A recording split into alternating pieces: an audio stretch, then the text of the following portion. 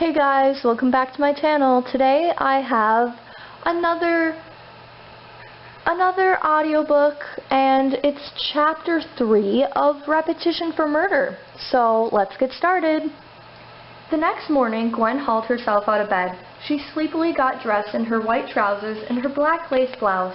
She combed her hair and placed a white beret upon her head, pinned on her badge, and finally slipped on her black pumps.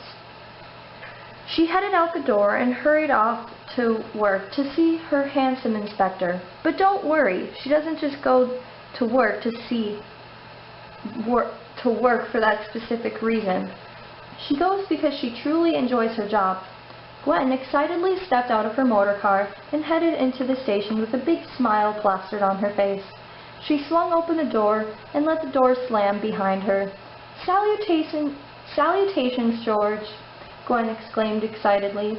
"Salutations, Gwen. You look lovely today," George sweetly replied to Gwen. Gwen's heart just about melted right on the spot.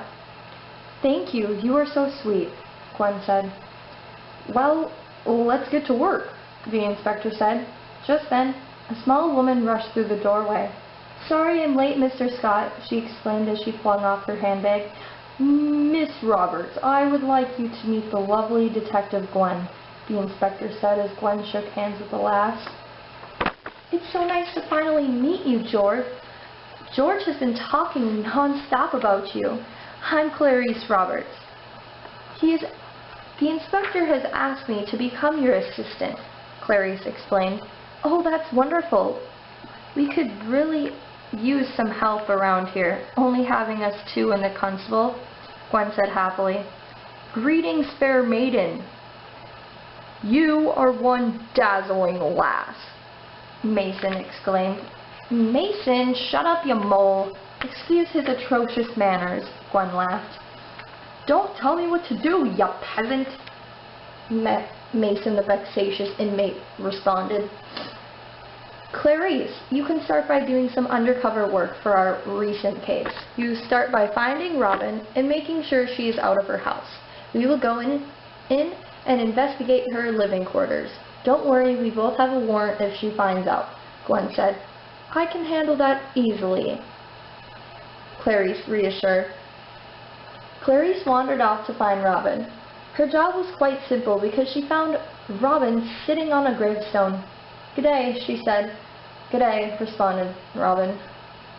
"I'm Clarice, but you can call me Claire if you would like," Clarice said nicely. "I'm Robin. The reason why I approached you is that you looked puzzled and sad," Clarice said.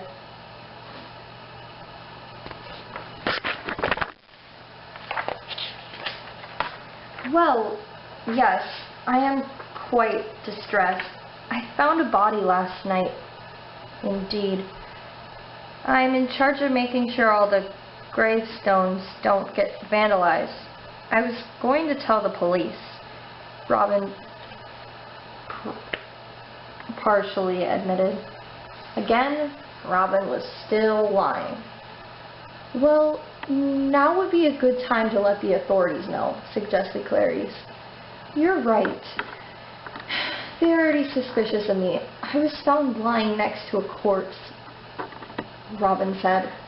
"Yeah, your name was in the newspapers," trailed off Clarice. "Well, let's head off for the station then." "Let's," Clarice said. The lasses headed over to the station. Robin flew into the station and screeched. "Can I help you, mademoiselle?" asked Constable Hughes. Yes. Is the inspector in here?" asked Robin. "Sorry, he just left with the detective. Do you know when they'll be back?" "They'll be back in about half an hour," the constable responded. Clarice had an idea up her sleeve. "Robin, we should go out for tea while we wait for them to get back," suggested Clarice slyly. The lasses were off to tea. Meanwhile, George and Gwen were frantically searching for an object that could point Robin guilty of suspicious activity. "Gwen, I found something!" the inspector exclaimed.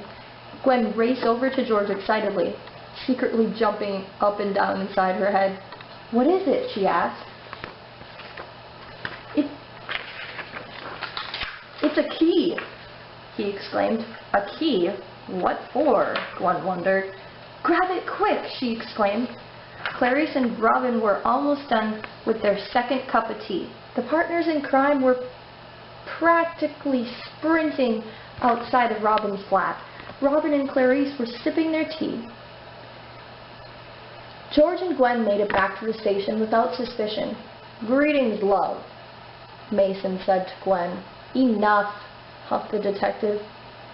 Did you guys find anything? Asked Mason nosily.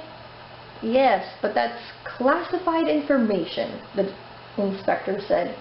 Gwen walked over to the telephone and rang Clarice. Clarice and Robin were almost done with their tea, and a waiter rushed over to Clarice.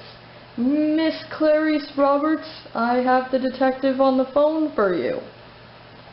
Right this way, mademoiselle, the waiter said.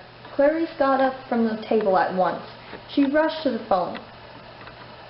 Claire reached out her delicate, manicured hand and picked up the phone. Hello, this is Clarice Roberts of Sydney, she said. It's Gwen, we found something. I assumed you would bring Robin to tea.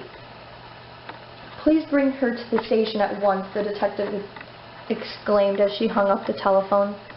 Clarice strolled back to the table and laid 10 pounds on the table. Robin, I just was given word the detective and the inspector have arrived back at the station. You have some major explaining to do, she exclaimed as the lasses headed out. And guys, that is the end of Chapter 3 of Repetition for Murder. I hope you guys enjoyed it. Yes, I messed up on a few words. I'm dreadfully sorry.